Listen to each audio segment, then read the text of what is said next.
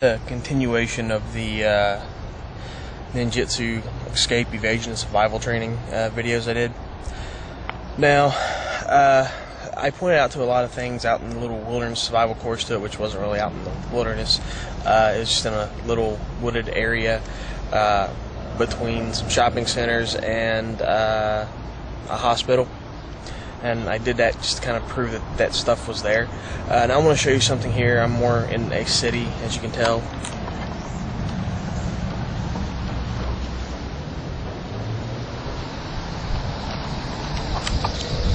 I'm actually probably less than 50 feet from my apartment. When you're getting on the subject of the stuff like edible food and everything like that, well, you have, as you can tell, areas all through here where we have dandelions and various other little weeds and such, which fall back on that whole thing that I was mentioning about the edible foods from out in the wilderness.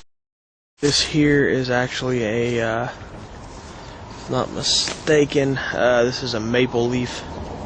There you go, Canadian flag. So you can actually get sugar from the sap, and glucose can often help you keep going no matter what. Again, like I said, this is basic survival training, but you can still apply it away from the wilderness into a city type environment, like what we have along through and out here. So I haven't gone too far in the city, just to show you different places where there's different things you can use for edible food and plants, stuff like that.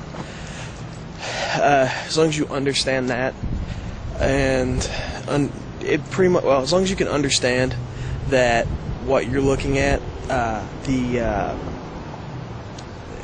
stuff around you can be utilized outside of the means of, oh, it's simply a pretty little plant, or that when applying any of that ninjitsu survival training, that you're not limited to only being able to survive out in the woods. Well, plants grow anywhere, and even in the middle of the city, plants are still growing. Sometimes people don't even realize that they have dual use. Okay, here's another good one for the urban survivalist thing. This flower right here is actually a clover. I can't think of the name of it at the moment. In the meantime, you can eat the entire plant. Doesn't really have much of a taste. Actually, it does. It's got like a little bit of an aftertaste. Kind of reminds you almost of an apple.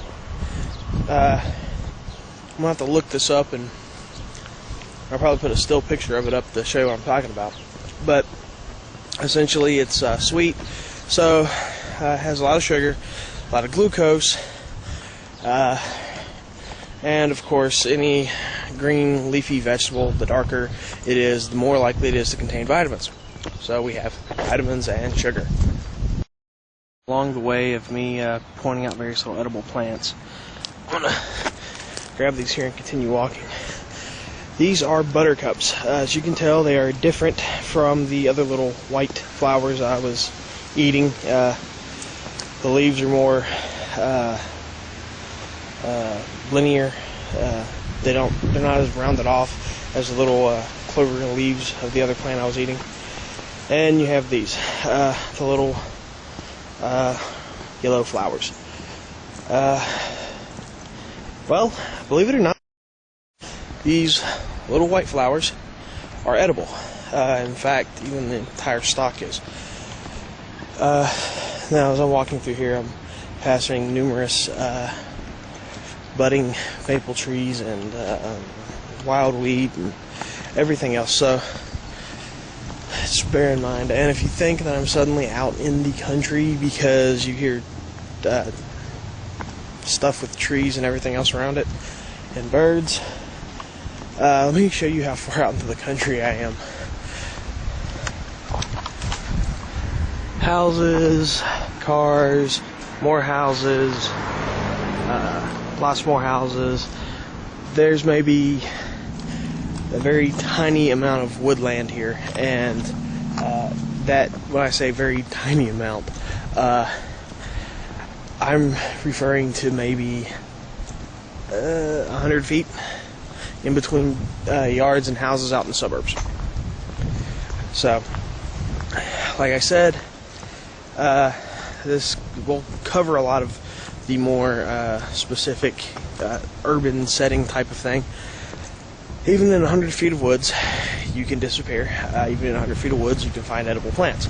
Even within 100 feet of trees and so-called woodland, you can basically survive if you know how. The trick is knowing how. For those people who can't survive without a Starbucks or a 7-Eleven or Walmart, well, you're fucked. Alright, here's what I was talking about before. Even in a city, you have these poke plants. Remember, the red will kill you if you eat it, but the rest of it, you have to scrape that off. And like I said, I'm out here in the burbs.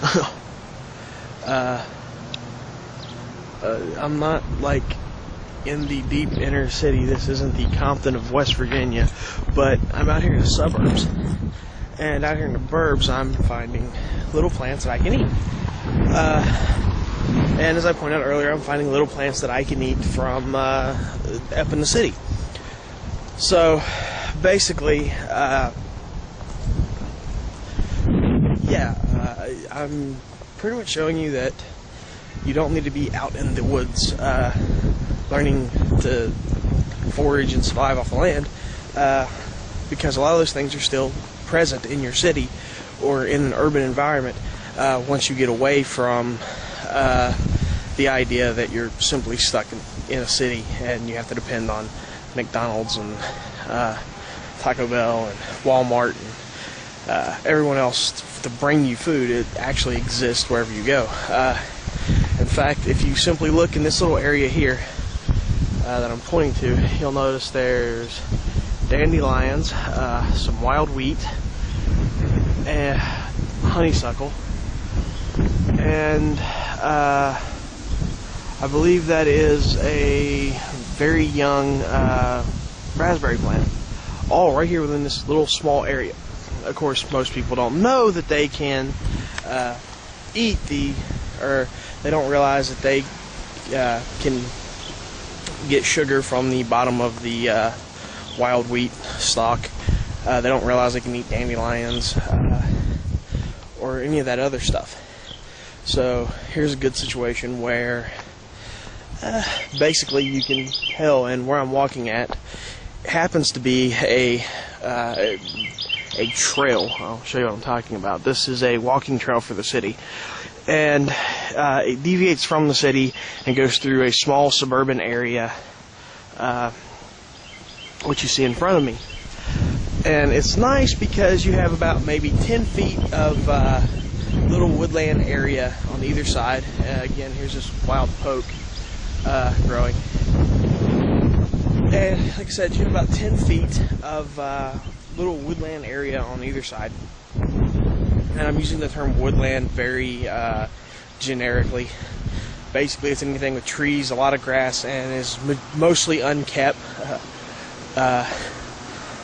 That simulates a wooded environment that actually technically isn't one, so don't hold me to it. I should mention, these little buttercups here, when you eat the flower, they have a little bit of a spicy taste to them. There's somebody with his lawnmower.